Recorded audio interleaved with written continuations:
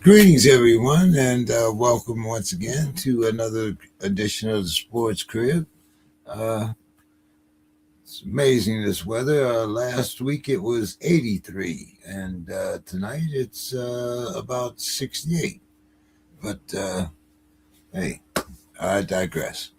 Anyway, welcome to the Sports Crib. I see my two guys are in here. Bo, how's the weather up there in Seattle? It is beautiful and sunny, man. It is. It was a great day for the championship parade. You took away our sunshine down here, but that's okay. It only rains down here every once in a while, so that's all Well, I right. mean, we also took the trophy from down there, so that works out. There you go. There you go. Dave, how are you doing this evening? All right. Well, congratulations, Bo. You didn't sound optimistic at the beginning of the season, but man, they put on a great season. Yeah, no. Um, At the beginning of the year, I was thinking it was a 10-win divisional round exit. Like that's kind of what I was thinking. So Yeah. I was happy. I got it on record, Bo. I got it on record. 10 what was it? 10-6. Suspicions about Sam. Yeah. Now he almost gets MVP. I think didn't you call out the defense too? Maybe it was you that called that defense out, wasn't Yep. Yep. I said the defense would be good, and the offense I was unsure about because there were so many new pieces, and defense showed out. Um, but hey, how about Sam? You know, he dispelled all of the negativity that was being thrust his way, and so you got to be happy for the guy. Yeah, yeah. We'll talk about that because you know I was actually a little surprised, even though Kenny did his thing, but I did think that Sam, because of the story, Yep. might have taken it, but I wasn't displeased with either one being Sam, MVP. Sam just didn't have enough numbers to be the MVP. It's also why Russ didn't win it. He also had kind of similar numbers in a defensive beatdown of a Super Bowl. So yeah, I mean, you can't throw for a couple hundred yards and win the MVP. Like you gotta, like if you run for a couple hundred yards, sure, but if you're passing for a couple hundred yards, it's not impressive. Yeah. I'm actually like I got a three bet parlay on Seattle, Okay. and I'm running down the field with Martin, and then I see the flag, and Yeah. yeah, it was he had to get a touchdown for me. He went over the 150 yards. That was fine. But I just couldn't see him going over that without scoring at least once, which was my downfall. But hey, Yeah, I, it was funny in the pregame or in like the weeks leading up to it. One of the guys I said was going to be a key element of this was AJ Barner yeah, because JSN was going to be locked up, which he was, but I thought they were going to contain Walker way better than they did. Walker having the day he did was a surprise to me. I thought he was going to have roughly 60 to 70 yards. And he had that in 2 runs on that one drive. So I was like, oh, okay, well, I guess that prediction's out the window. But Barner had some very key catches in this game, one for a touchdown. Barner was my touchdown. Barner was Okay, there we go. all I needed was Barner, and I needed Martin to score a touchdown. And no, I'm running. Yeah, You could almost taste the money. yeah. It's that old guy in that commercial with the Yeah, you almost had it. you know, and it was my birthday week. Last Wednesday I turned 79. So Yep. my old ass is running with the TV. I know. If we had Saturday cartoons, it would have been hilarious.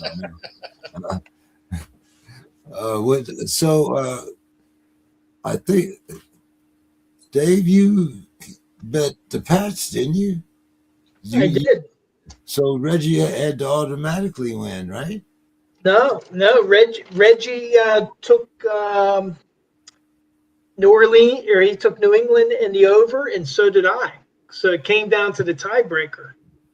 Oh, okay. We Okay. both took the Patriots in the over, and we were both wrong. So it came down to the number of yards passing for the winning quarterback. So that was Sam Darnold. Mm. He had 202 yards passing, right? And Reggie had predicted 247, Mm. and I predicted 230. Oh, you guys Oh, were close. so you win.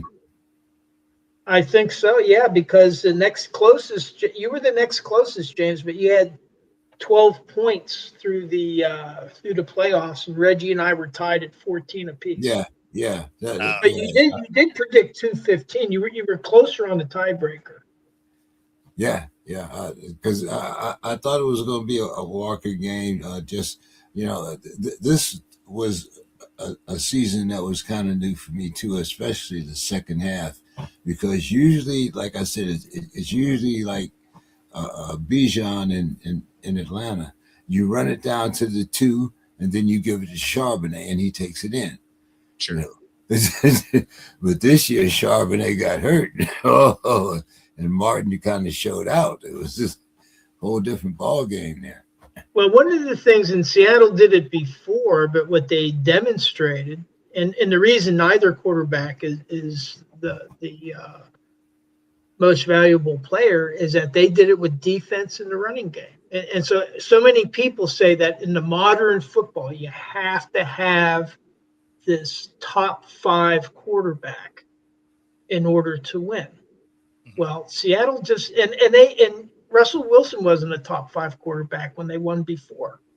No, it was his He, second he year. was good, but and so Seattle again has shown that you can win with defense and a solid running game, and really it was the trenches because uh, May was hurt, and it was Sue and my son Nick. They were watching the game. They were keeping me posted, but uh, May was hurt. But even if he was 100% healthy, I don't think it would have made a difference because Seattle Gonzalez stopped. dominated the trenches that much.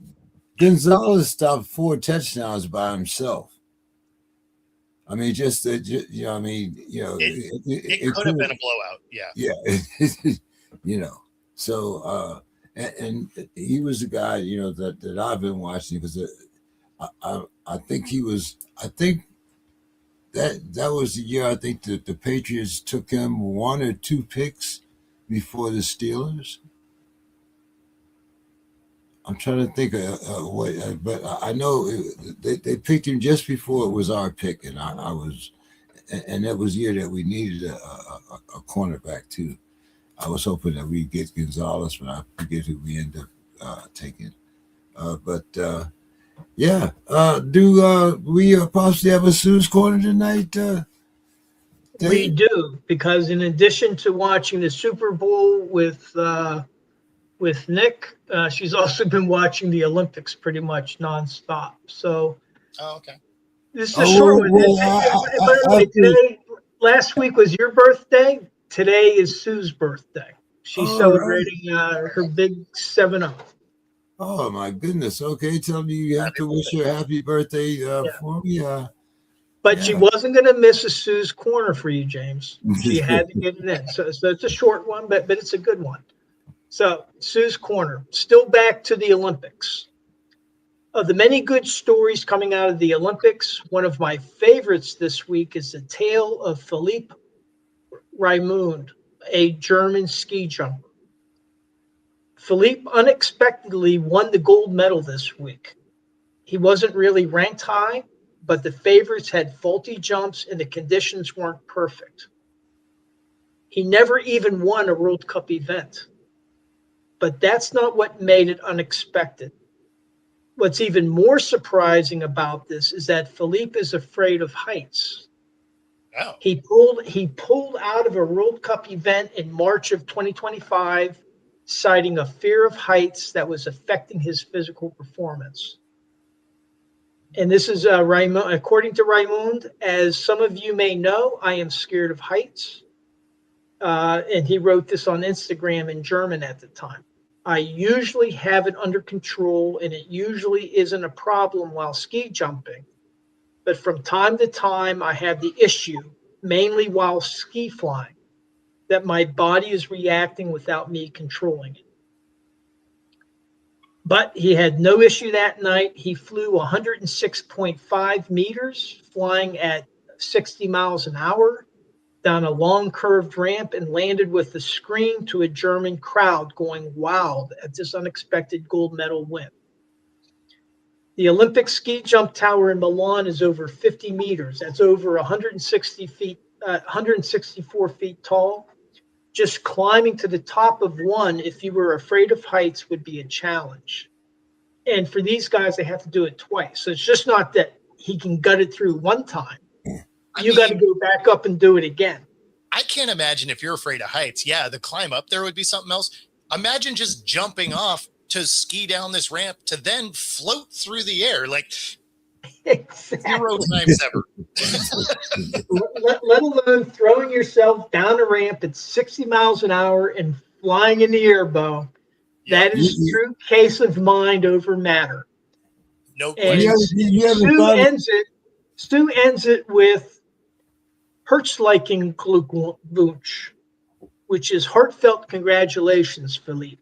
So Sue snuck in some German on me, but Right on. that's Sue's corner for tonight. But yeah, I mean, and for me, it wouldn't, like, the first time, okay. But now you got to go back up and face those fears again for a second time. You haven't even thought about landing on two little pieces of nylon, thing, right? Like, you have to land on these things. You know, like you're out there playing flying squirrel and hoping for the best. I mean, the only way that would work is if you did happen to land it the first time. Because if you just ate it hard on the first time, you might be like, hey, you know what? Turns out water polo seems awesome. Well, see, all these other higher ranked people, they were blowing their jumps, and he landed his perfectly. So I mean, that's awesome. That's awesome. That's incredible mental fortitude to do that, because I don't think I would do that. That and what's the downhill? Those are two that I have on two little pieces of wood or nylon or plastic, whatever you decide. Yeah. Sue was saying before, she was disappointed. She was talking to some of her friends, childhood friends, and they're disappointed that their parents didn't get them into curling. See, that's the thing. That you could do. Yeah, right. Like, in fact, so I've done curling. We went. A buddy. I didn't even know we had a curling club here in Seattle, but we do. I must have driven by the thing 5 million times. Had no idea it was even there. And so a buddy of mine decided he wanted to do it for his birthday. And I was like, oh, that sounds funny, you know, whatever. And then he's like, oh, this is where it is. I was like, oh, like, we're doing this. Oh, okay, cool. And it was actually a blast. So if you have it in your city, go check it out. It is a ton of fun. And then, you know, what other Olympic sport could you be like, oh, here, let me just set my beer down real quick and play some life-size shuffleboard. And awesome. It's awesome. Well, the American team, they're out of a bar in Massachusetts, I think. Yeah, which makes totally, when you look at them, you're like, yeah, this is out of a bar in Massachusetts.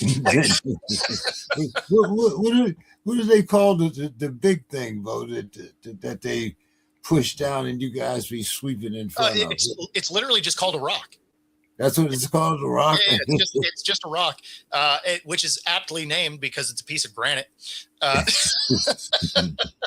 And then, yeah, you got your squeegee out there and you're clearing the path. And, you know, they actually have these little things that snap over your shoes. So it's actually not as slippery as you would imagine. The first time you try and do that slide, though, you're probably not staying upright. But you're basically basically kneeling, so it's not like it's a hard fall.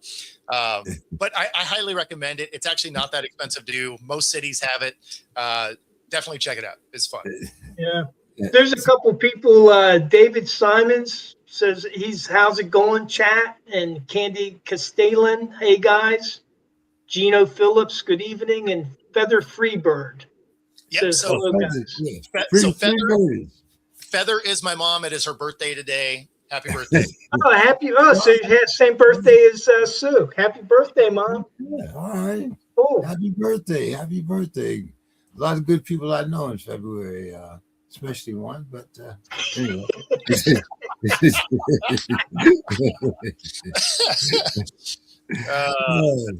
So now there's been some interesting developments here in the NCAA. We had the Big Ten. They call themselves. It's called the Student Athletic Issues Commission, and they say that they want the NCAA president Charles Barker and the NCAA to ban prop bets on players. Bo, the betting bag is out of the box. How do you I mean, okay, so we'll only bet on Saturday. You can't bet on, like after 3:00 on Wednesday. If there's a full moon, you can't. I mean, how are you going to put this back in the box? You can't. You can't. That is the problem with the way the NCAA does everything. Is they are so reactionary that they don't actually have any foresight when they do stuff. So when it came to the NIL and the transfer portal, they're just like, you can. And then they're like, oh, this isn't going how we thought. It's like, how did you think it was going to go? You gave us no guardrails, no path. You're just like, figure it out. And then when it doesn't go smoothly, you're just like, gee, I wonder why. That'd be like buying some really complicated piece of furniture. And they're like, well, here's a bag of parts. Hope you can figure out how to put it together.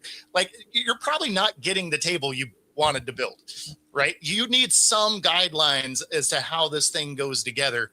And the NCAA just has a history of not doing it. So unfortunately, if they would have had some kind of path for this to work when they first did it, cool. They didn't. So for them to try and correct it now, it's not going to happen from the NCAA side. It's going to happen from basically either a Congress regulation knocking it out or something like that. I mean, when it comes to gambling, paying the players, all of this stuff, the NCAA just was not proactive enough. And now it's in everyone else's court. So it's either going to have to be regulation from courts or whatever, but I don't see a way that they can stop it. What do you think there, Dave? Yeah, I agree with a lot of what Bo is saying. And then actually Baker from NCAA, he's already been approaching the state agencies because gambling, it's not that it's unregulated. It is regulated. Yeah. And a lot of those regulations are through the states. Mm-hmm. And so I think Baker had already reached out to some, and the Big Ten is basically giving him some ammunition. And one of their big things is that the prop bets are putting these kids, 18, 19 years old, directly at the center of gambling outcomes. And the problem with that is now you got young athletes getting threats. You have people showing up at games behind their bench, yelling stuff at them. And so it's kind of putting a lot of pressure, and it's really hard for these young kids. And so, but I think Bo's exactly right. The NCAA can't do anything about it.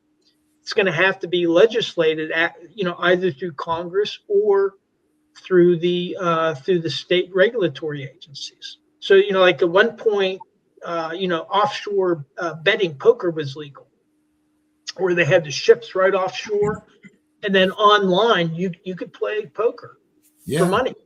Yeah. And then Well, all of a sudden that got shut off.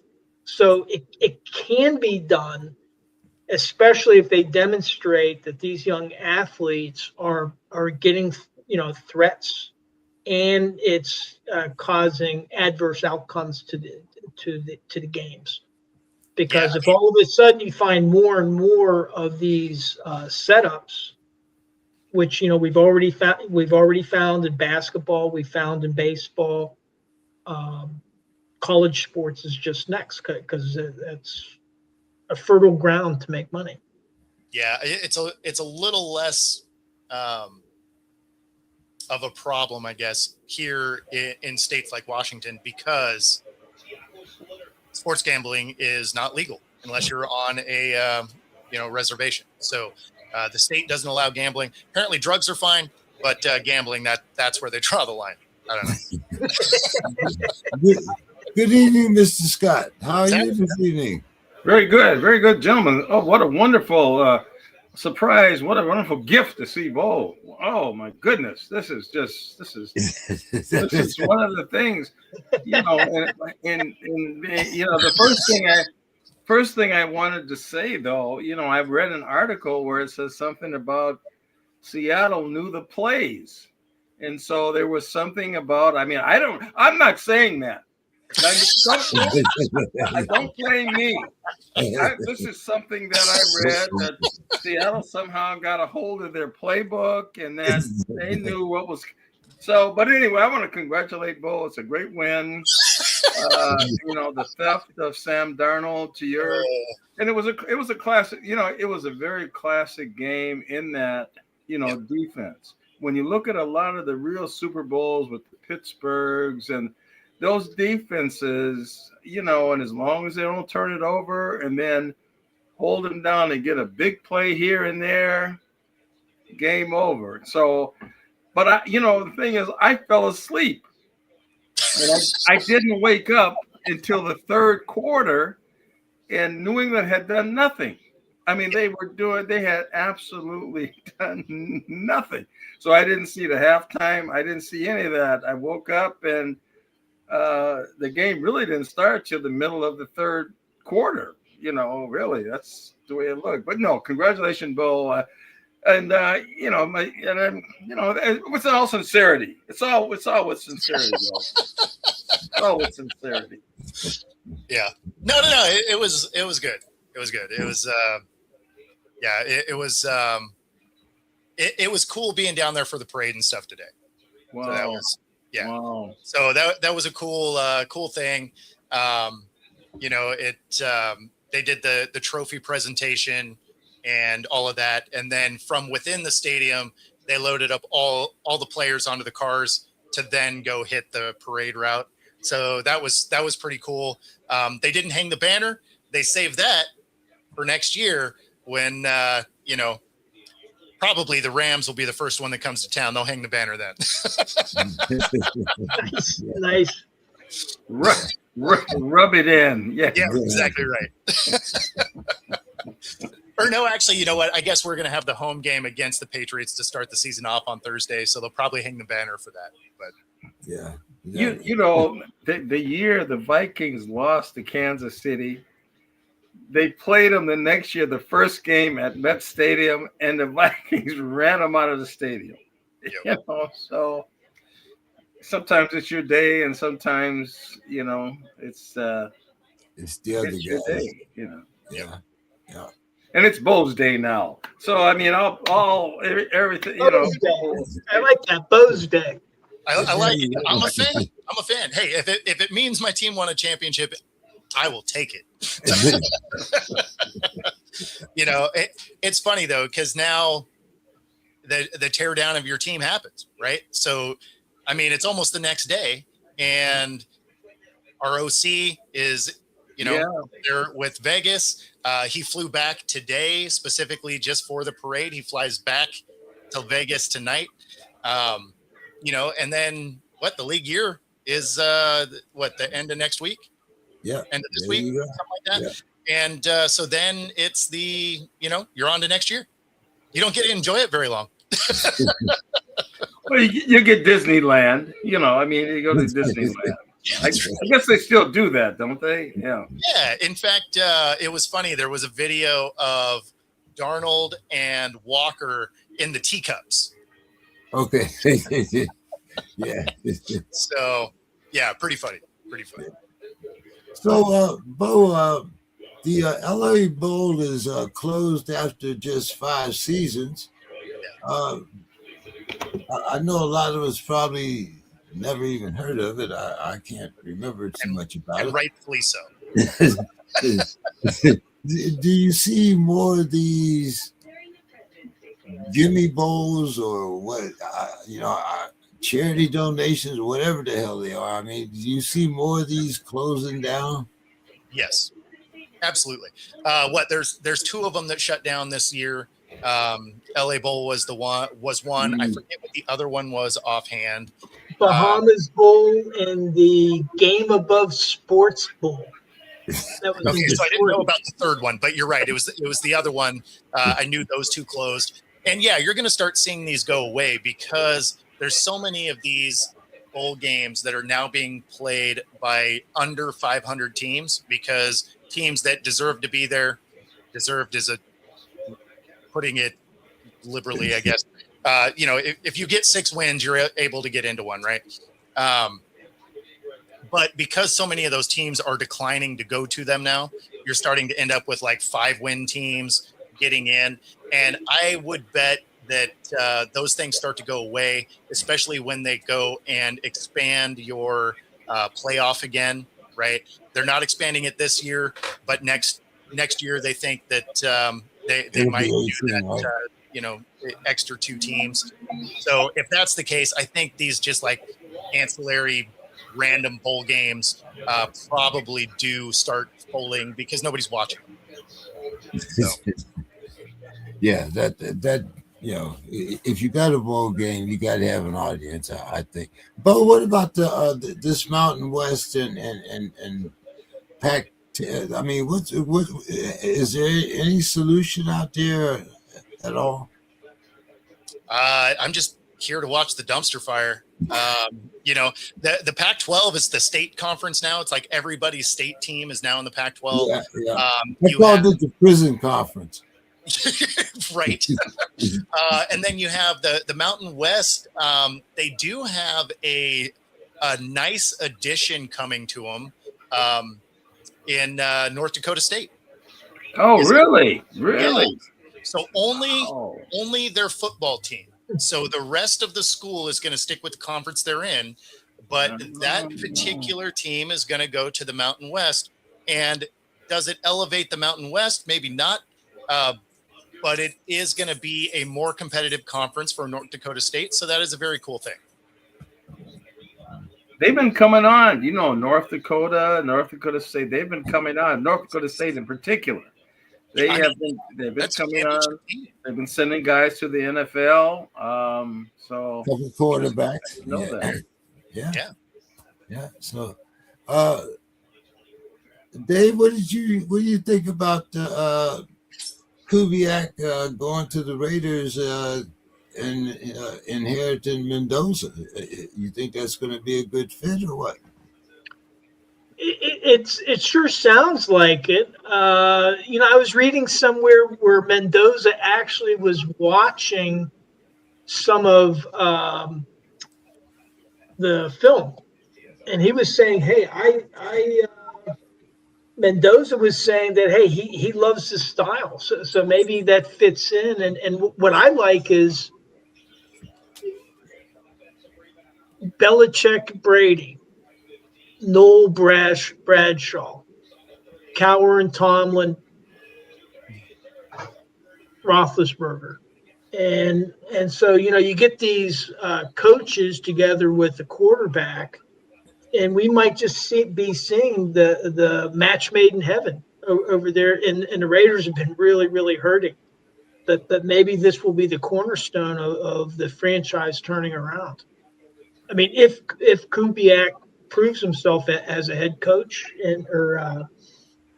and can develop Mendoza, and Mendoza proves his worth as a number one pick. What do So you think? I think it's a fun thing to watch. I think it'll be cool to see how this develops. What do you think about that, Mr. Scott? Yeah, the Raiders need to come back, but I still kind of go back to the Super Bowl and looking at Drake May and all of the accolades and things, but he really looked like almost like a JJ McCarthy in that he looked like a young guy that just, when he went against men, when he went against, I mean, you could see it right away. It's like he couldn't really figure out the defense. He couldn't really.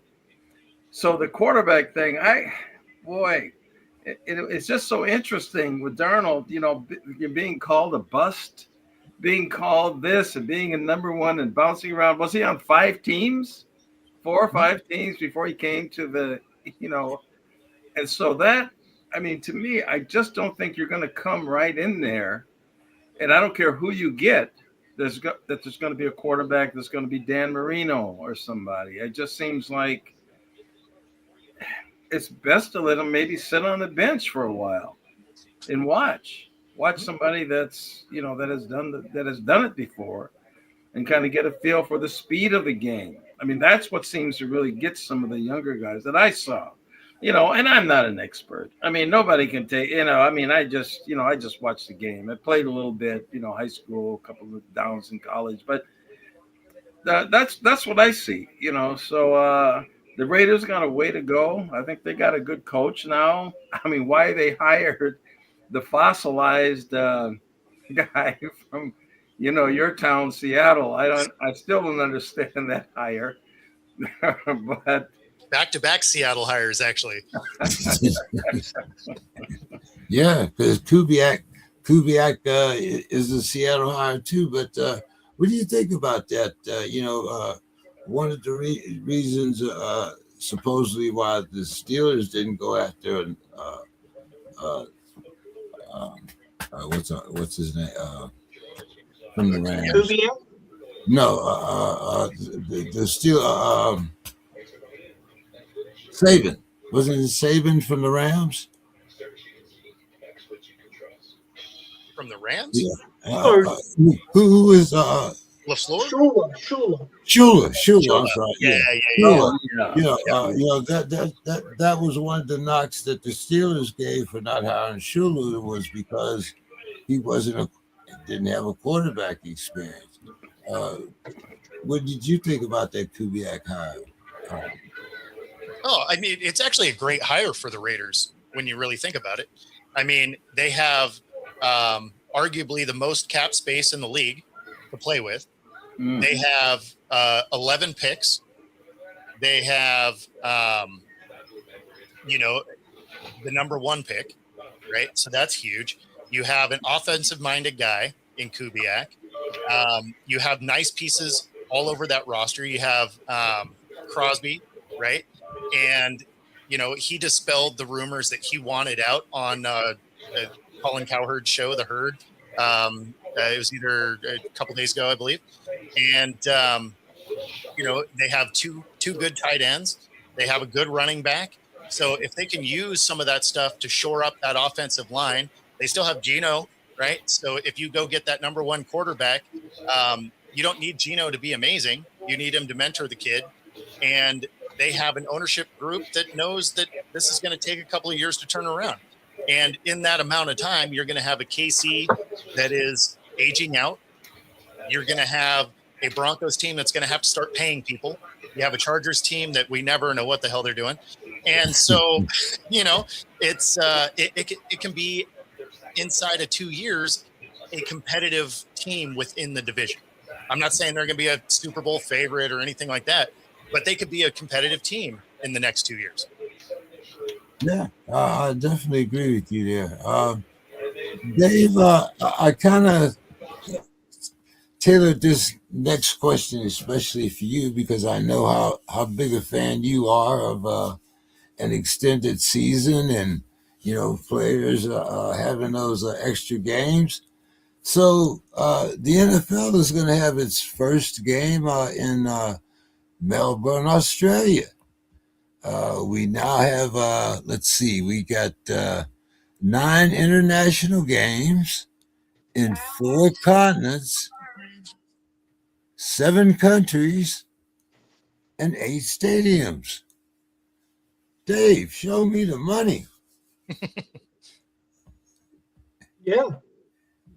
Well, I mean, this is, and there's also talk. The one NFL insider was saying, "Hey, we may see 18 games as soon as 2027." Now, the NFLPA has said, "Well, we're not we're not enthusiastic about it," but that's a negotiation point. If they're given enough, they'll go to 18 games, and and with the international games, I mean, I've flown to Melbourne or to Sydney before, and I tell you what, it's brutal. And I was flying from the East Coast, but even if you fly from the West Coast, that's a brutal flight. And then for these guys that try to play the next week, they're going to be jet lagged, unless they have buys. That's my guess. They're going to have a bye week afterwards. Well, they didn't do it this year, right? We had one team. Was it the Vikings going back to back? Yeah, and that's what I say. That's what ruined their season. I really say that. Those 2 straight weeks where they were overseas, even though they got a bye when they got back, I just think that. And then if you go to 18 games, so then you don't have any preseason games then. Well, you'd still have 2, but but it won't really be much of anything. I mean, so then you're looking at 20 games. If you're going overseas, though, wouldn't you, like, if you're going to have an overseas, wouldn't it make sense to be there 2 weeks in a row? Because I think in the case of who really got hurt was Cleveland. Yeah. Because they had to fly over, play Minnesota and London, and then they flew back for an away game because the London game, I think, was Cleveland's home game. And then they went back to play an away game. And so they kind of got shafted. And that's where I didn't mind it for like the Vikings or the Jags. The Jags have had 2 games there a bunch of times, right? And so where you have a home and an away game there, but because you're there for 2 weeks, you kind of get adapted to it. And then you end up coming home to a bye week so you can get reaccustomed to the time zone change. But you're traveling over there. You're not playing in the same city. You're leaving there and going to another foreign city. Yeah. It's not like you're staying there and doing it. So that's different. That might be part of negotiations also, Well, Europe is just geographically smaller. Yeah. Right. True. So when you're going from one city to the next, and although it's a different country, a lot of those countries, a lot of those cities within those countries are closer together than us traveling state to state. Right. It's like almost like Minneapolis to Chicago. Exactly. I know. Yeah. But what's going to be brutal is going to Australia. That is going to be rough. Brutal. That's rough. And it couldn't happen to a better couple of division mates. I did an informal poll on X, and I asked, many say expanding the NFL season to 18 games is inevitable as early as 2027. What is the ideal length of an NFL season? So 0% said 20 or more. 20% said 18 games is the way to go. 24% said keep it at 17 games. And 56% said 16 games was perfect. Now, it's a really small number, but it's still, I think the problem that I see is that they're sacrificing competitive parity for marketing and money is what it comes down to. Well, and it's unfortunate, I think. And going back to 16 games, you can forget that. That's another genie that's out of the bottle. I sent Art Rooney II a letter asking him to asking him to champion that cause. And now, I mean, that said, I went to the Dublin game, the Steelers, and I was skeptical about the international games, but I had a fantastic time. And if the Steelers play again overseas, I'm going to go. So I guess I'm a hypocrite, but I mean, it's been a great program for the NFL. The international series has been really good for it. You've seen that it's been good in just the world acceptance of the league, in viewership worldwide. I mean, it's been great in that way. Moving to 17 games, I wasn't a huge fan, but if you're going to start having us be overseas anyway, that doesn't take away from what you'd normally have as home games. Who cares if you take an away game, right? Doesn't matter. So, or if it was the extra home game, depending on the year, you still get your standard amount of home games that you've always had.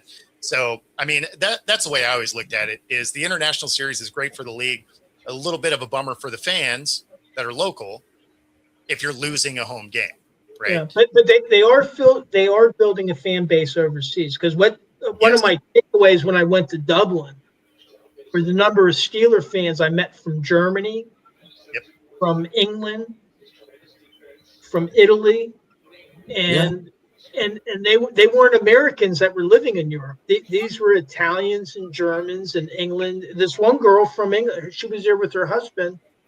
They've become Pittsburgh sports nuts. He proposed to her at a game in Pittsburgh. Oh, and they're awesome. English.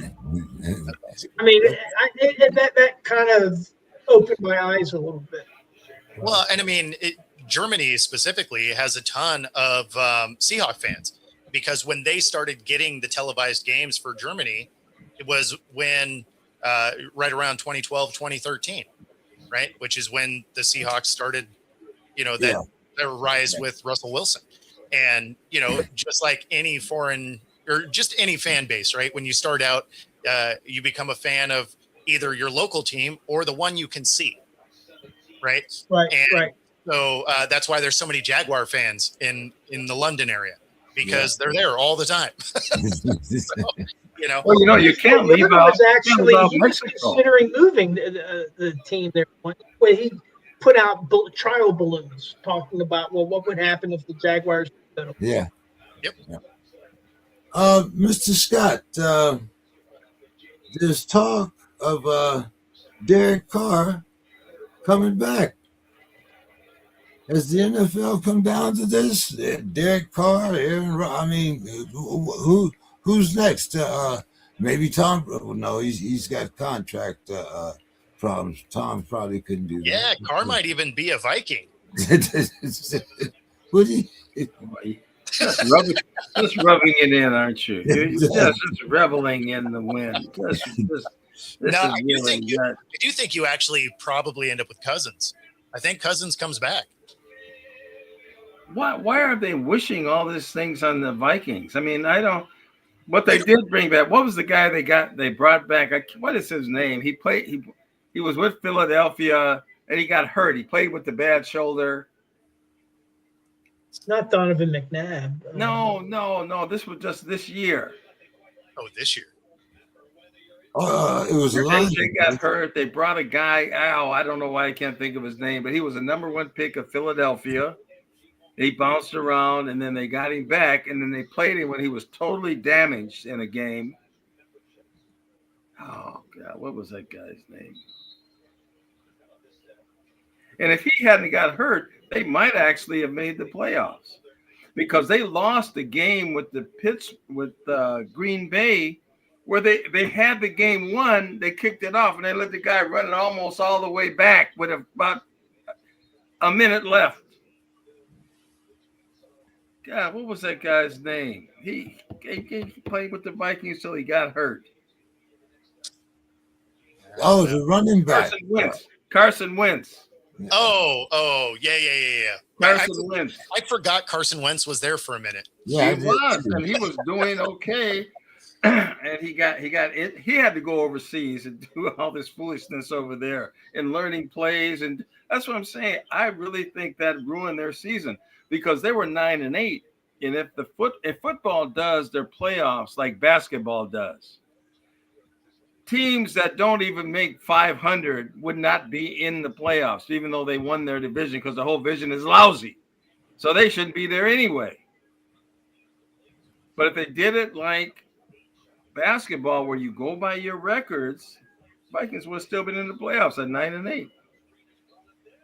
And I know, Bo, you don't want to hear this about shoulda, woulda, and all. I know, Bo. You say, held up your banner and all this, No. That was glee. me. You have such glee, So that was me just giving you What that banner is time. that, Bo?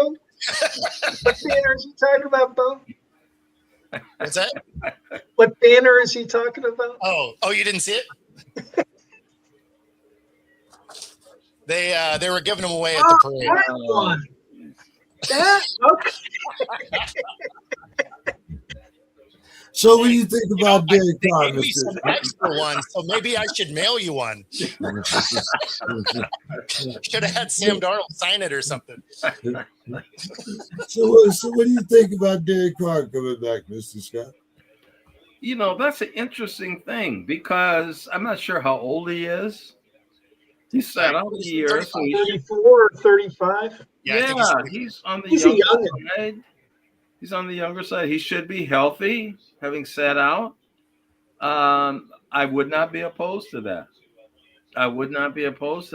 But see, now I'm hearing that they're going to move Jefferson, because he's been a good soldier up until this time. But they're talking about maybe he goes to Buffalo, where he has a real quarterback. I don't know. I don't know. But there's, you're always going to hear these kind of rumblings now. Did you hear what they want to give him for him? Because it has to be a haul. Yeah, also has a lot of draft choices. It's a lot of Well, I mean, Josh Allen. I mean, Buffalo's approaching a. Yeah, they changed coaches. Or die time for them. Yeah. If they got rid of the coach, who's next. So. Carr, I hadn't thought of that. Is there rumblings of him coming back? Has anybody heard about that? There's a really good chance he comes back. They say his shoulder is performing very well. Wow. So now New Orleans still has the rights, so you'd have to trade for him, but you wouldn't have to pay him much, right? Because this is going to be a prove-it deal to come back, and that's where a team like the Vikings does make some sense, because he brings some stability at the quarterback position and allows you to try and get JJ McCarthy up to speed, right? You don't necessarily need the long-term guy if you still think JJ McCarthy's your guy, and which is questionable, but it's questionable for sure. But Cousins wouldn't be that guy either, right? Cousins 38. Yeah. So you're looking for, if you're keeping JJ or Justin Jefferson rather, if you're keeping him, the rest of your roster's ready to win now. And JJ McCarthy doesn't look like he is. So you're going to want a guy that can be the adult in the room and lead that thing. They don't have to be elite. That team's good. You just need a quarterback that can play the position. And JJ McCarthy hasn't shown us he can consistently do that yet. Yeah, good defense, very good defense. I mean, I hadn't heard about that. I'll have to look into that a little bit more. And Joe Flacco was even talking about maybe he'd go to Pittsburgh. He could play for all four teams. Maybe. See, I was being serious, and then that's what Flacco said. That's not what I said. I'd like him to go to Pittsburgh. Well, since we're bringing fantasy into this day, the mock drafts say that Pittsburgh are going to be taking a quarterback in round 3. But there are others that say that Pittsburgh is going to take Alabama quarterback Ty Simpson at number 21. What you think Ty Simpson's going to last to 21? I'm just saying, hey, well, they have the draft capital to trade up. How far they can trade up, I don't know, but I think, I mean, for me, it's a little early on the mock drafts. First they got to get through the free agency, see who are they retaining, what holes are they going to have. And I think, right now, they need to build up the roster. So, to my mind, they need a wide receiver. They need another cornerback, a CB. So for that first round pick, I think firstly, let's get through the free agency and see, where the glaring gaps are. And then, they're talking about Aaron Rodgers coming back. There's a lot of smoke going on about that. And Hopefully, and then it's they just. have Will Howard on the roster. So here's I the thing, think though. Howard is. If the scouts in Pittsburgh, if they have this Alabama quarterback rated that high, and if he's available, well, then grab him. But it all depends. It doesn't matter what the pundits say or what all the mock draft people say. It's what is the personnel department in Pittsburgh? How do they evaluate? Now, they misevaluated Kenny Pickett, so there's that. But I you got to trust your scouting staff. And one of the things that Omar Khan has done since he's taken over is they've had quite a bit of turnover in the scouting department. So if they have him rated that high, well, then you'll probably see them trying to trade up to grab him if he's not going to drop to 21. But I think realistically, they're probably going to sign somebody like an Aaron Rodgers if they can get him back, see what they have in Will Howard, and probably draft a wide receiver or a CB with their first round pick. So Rodgers is definitely going it's to play very again? early. I mean, what's that? No, Rodgers is definitely going to play again. Is that? No. He's no decision's been made. I mean, one of the things that Rodgers made clear is that he was not going to make an emotional decision. He was going to think it through. Pittsburgh has been very patient. He's going to drag his feet until like a week before the season starts. Yeah, we know. We've seen this movie before. Yeah. Well, I don't know that Pittsburgh would wait that. They need to find out before the draft, because that's another thing that could impact them. So if they don't have Rodgers, because they're not going to start the season with Will Howard or Mason Rudolph at quarterback. I mean, So it's either they find somebody else if Rodgers either prices himself out or can't make a decision, unless they find somebody that they really have rated very highly that's within reach. So but, a lot of people say that the only real first round quarterback is Mendoza. Well, no, I mean, the only two first rounders are oh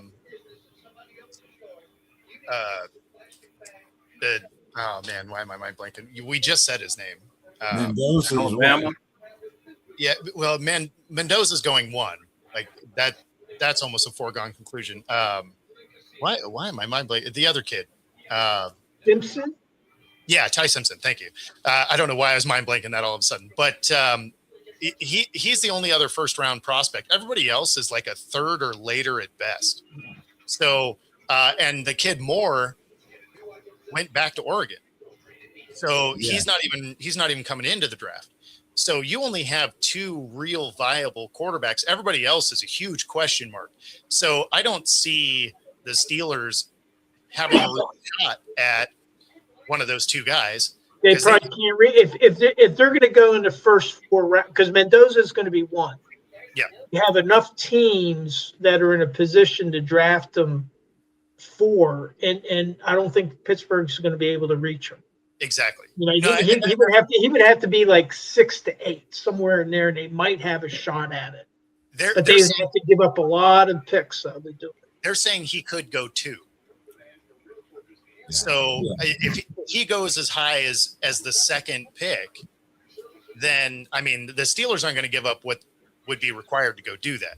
No, and you shouldn't, because your team isn't close enough to be like, hey, we're a young quarterback away from making this happen. Like, you Right. guys have so many other needs. There's no way you're giving up that draft capital to move up the draft board to get a guy that's a question mark, right? I mean, because neither one of these guys that are coming out are guys that you look at and you're like, oh yeah, this guy's ready to go today, right? You look at both these guys and you're like, yeah, they probably benefit from sitting a year.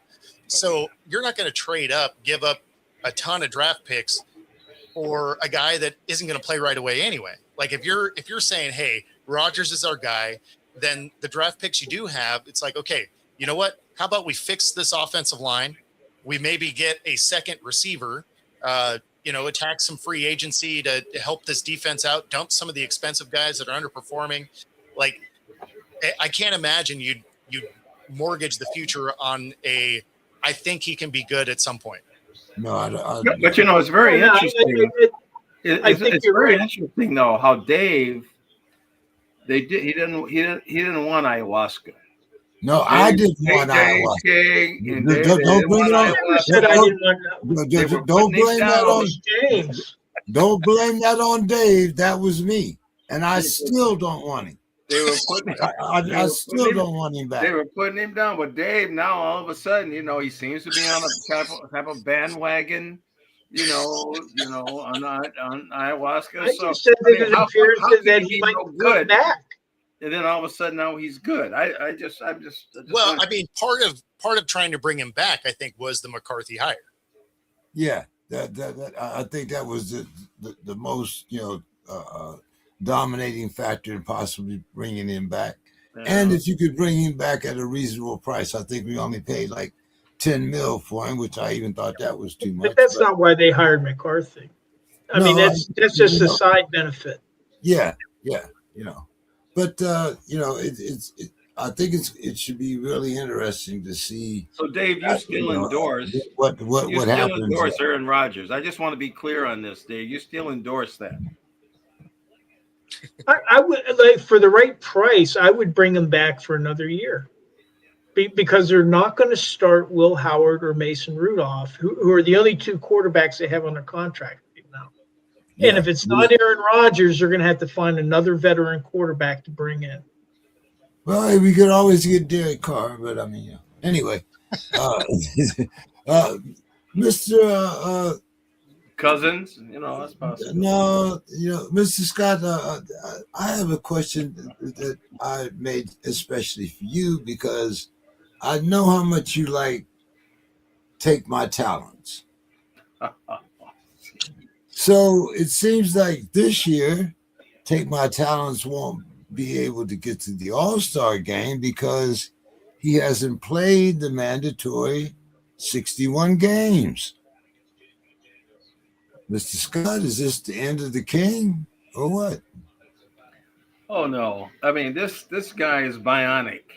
I mean, it's really, he's gonna take my talents. He's got the league, on a where he can just. Everybody's gonna want him. He hasn't showed any signs that he doesn't want to play anymore. He hasn't showed any signs like that. Could he go back to Cleveland? Yeah, they would take him. He could go back home and finish there. He could go there.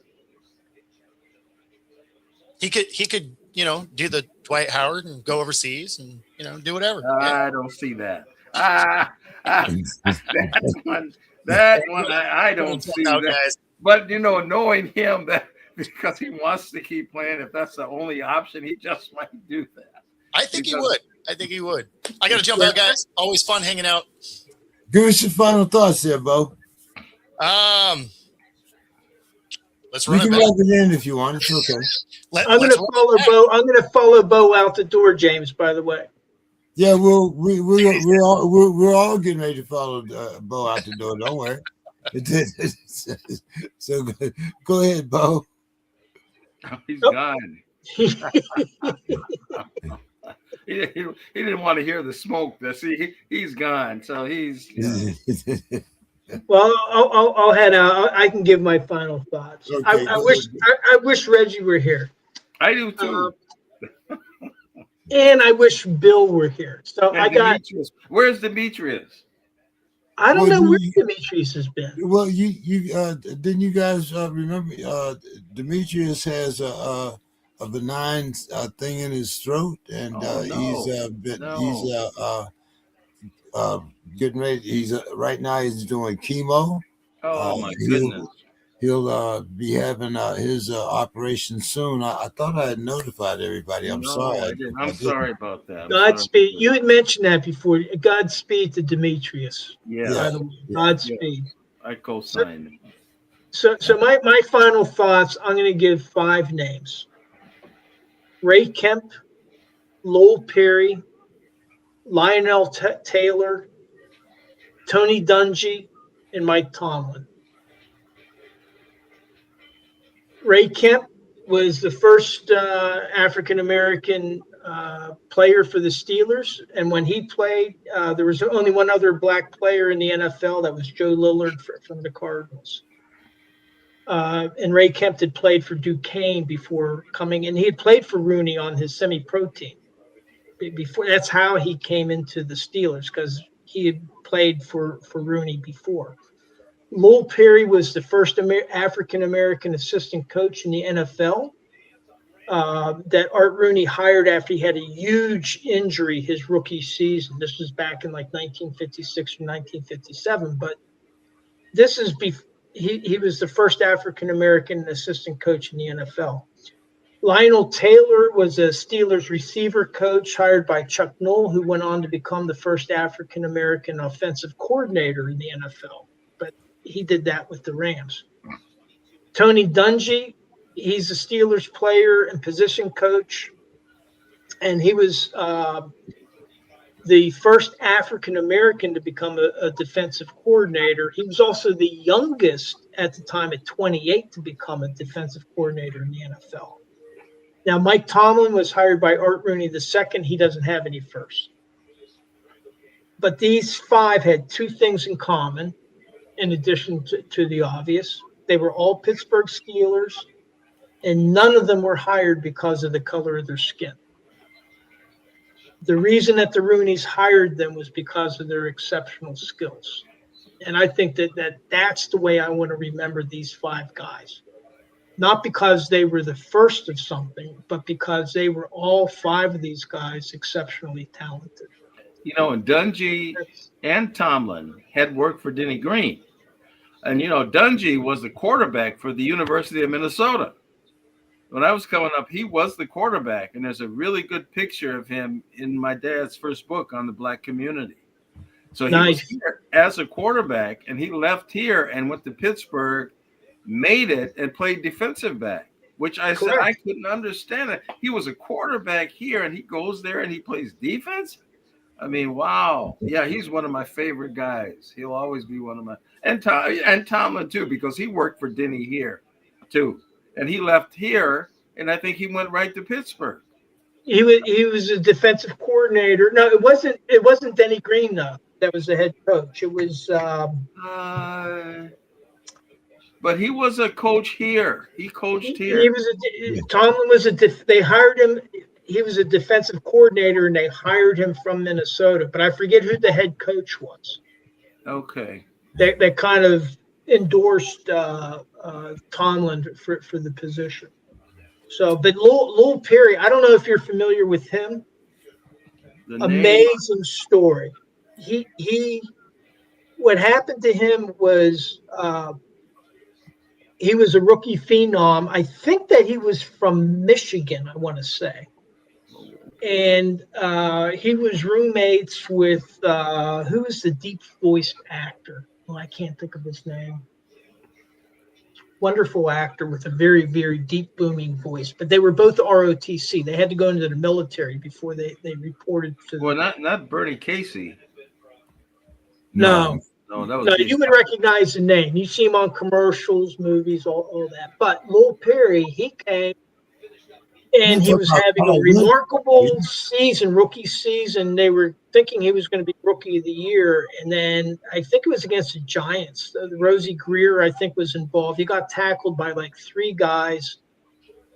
Compound fracture of his thigh, dislocated hip. He was in a hospital for 2 or 3 months, couldn't walk. and Rooney said, "We're going to make you." They recognized he was a very bright guy, so he says, "We're going to make you a coach as soon as you're up and going around." So that's how he became the assistant coach for the Steelers. He was going to law school, and then he went back home to Michigan. Rooney gave him a job as an area scout in Michigan so that he would have money while he went to law school there. He graduates from law school. He goes to work for the car industry, did all kinds of firsts there, went into announcing, and then he was made the EEOC director by President Nixon. And then he helped. There's the NFL grants, where they do all the things. Lowell Perry was one of the originators of that. His story is amazing. I And have that's to and look for it me, up. that's so Yeah, special. same here. All of these guys have really unique stories, and they're just exceptional human beings. Did you say Lowell Perry or Lionel Perry? Lowell Perry. There's Lionel Taylor, who was the receivers coach that Chuck Noll hired. Right, Okay. right. I remember But that. Lowell Perry he played in 1957, I would say. Okay. All right. So, hey, many thanks, and we'll see you guys next week. Okay. Make sure to tell Sue I said happy birthday and many more. Absolutely. Take care, Anthony. Take All right, care, good James. to see you. Good to see you. Yeah. Bye-bye. All right, Mr. Scott, you want to talk about your Minnesota season before we get to your final thoughts or what? No. I want to talk about this ice between me and you. I want to talk about this ice bullshit. I don't know if you got a few minutes now or you got to sign off. Well, hold on. Let's do this first. Let's give me your final thoughts, and then me and you will have some final thoughts. How's that? Yeah, no, my final thoughts are, it was a good football season, and I have been keeping my eye on an old friend that I met when I went to college in Mankato, and the Vikings trained. They trained right next door. We all lived in the dorm,